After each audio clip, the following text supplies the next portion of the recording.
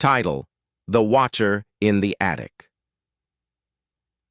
Late one evening, as the wind howled through the trees, Emma moved into her new home on the outskirts of a quiet town. It was a grand, old Victorian house left to her by a distant relative she never knew existed. She had always wanted a place away from the city, somewhere peaceful. But from the moment she stepped inside, something felt off. The air inside the house was heavy, like it hadn't been disturbed in decades. Dust covered the furniture, and the creaky wooden floors groaned under her feet. As Emma explored the rooms, she couldn't shake the feeling that she wasn't alone. There was a cold presence lingering, always just out of sight. The first few nights were relatively quiet, but on the third night she started hearing noises, scratching sounds coming from the ceiling, just above her bedroom. At first, she dismissed it as rats or squirrels, but the scratching grew louder, more persistent. It seemed deliberate, like someone was trying to get her attention.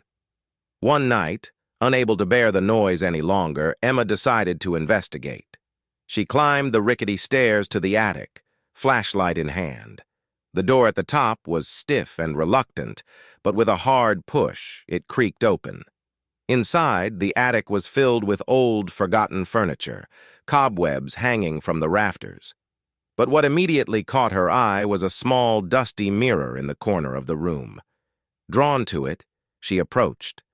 The mirror was covered in a thin layer of dust, but when she wiped it clean, her reflection was wrong. Staring back at her wasn't just her face, it was someone else's, a shadowy figure standing behind her. She spun around, but no one was there. Her heart raced as she looked back at the mirror. The figure in the reflection was clearer now. It was a man with hollow eyes and a twisted grin. He raised his hand, and to Emma's horror, she felt something cold brush against her shoulder. She bolted out of the attic, slamming the door behind her. That night, she couldn't sleep. The presence was stronger now, almost suffocating. The scratching in the ceiling returned, this time accompanied by faint whispers, incoherent but maddening. She knew something was in the attic with her, something that didn't want her there. Emma decided to leave the house, but just as she was packing, she found an old, crumpled letter hidden inside a drawer. It was from her relative, the one who left her the house. The letter spoke of a curse, of a man who had once lived in the attic, driven mad by isolation.